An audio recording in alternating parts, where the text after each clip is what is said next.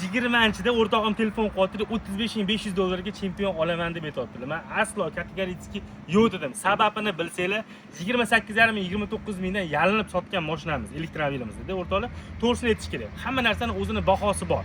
Uni o'rniga nima maslahat berasiz degan akalarimizga Donfin Ipay 008 maslahat beraman. Xabaringlar bor, necha marta aytganman, o'zimni ikkitasini olib keltirib, haydash nasib qilmagan.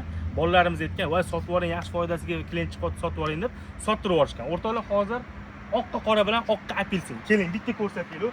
Chista elektri 610 kilometr masofani bosib o'tadi bir zaryadda. O'rtoqlar, rusifikatsiya qilingan. Qaranglar.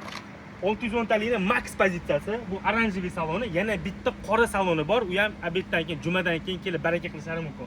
O'rtoqlar, bitta ko'rsating, keling mana rusifikatsiya qilingan.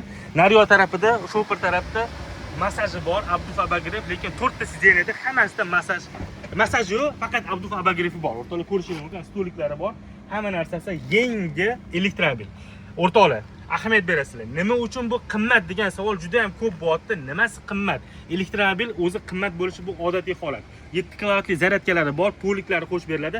Yana bori kamiga 1 yil garantiya beryapti xitoyliklar. Endi bu garantiyani har doimgidek aytaman, og'zaki bo'lishi bu aniq. O'rtoqlar, qaranglar. Orqa tarafidan chempiondan ancha katta. Donfin o'sha xalqimizning ishonchiga kirgan kompaniya hisoblanadi. Men esingizda bo'lsa, birinchi Xitoyda obzor qilganimda to'polon bo'lib turdi. Va bu sinovdan o'tmagan, u bu o'shanga ham xudo xolisi ro'p-rosa 2 yildan oshibdi o'rtoqlar. Keling, bu restyling varianti ko'rib turganingizda bitta mana yon tarafini qaranglar, kattaligini qaranglar, mashalloh.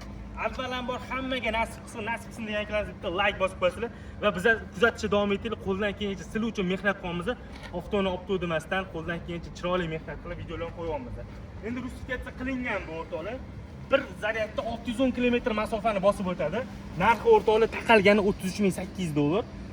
Patkulich kelasizlar, olib ketasizlar. CIP Tashkent hozirda yo'q.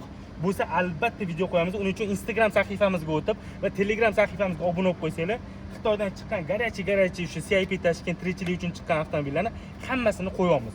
O'rtoqlar, elektrasiya kerak bo'lsa Donfinni menga aloqaga chiqinglar, baraka qilishingiz mumkin bo'ladi. Pastda nomer qoldiraman.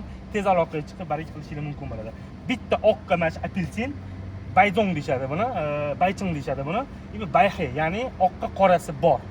Shoshilib qolinglar, shunaqa gaplar. Bizga obuna bo'lib qo'yinglar, yoqqan bo'lsa like bosib qo'yasizlar. Donfinni bitta oldini ko'rasizlar va yaxshi niyat qilib duo qilib qo'yasizlar kommentariyada. Hammaga shunaqa yaxshi elektromobillar nasib qilsin. Joyingiz sog' bo'lsa, avtobaza har doimgidek xalq xizmat qilib qoladi.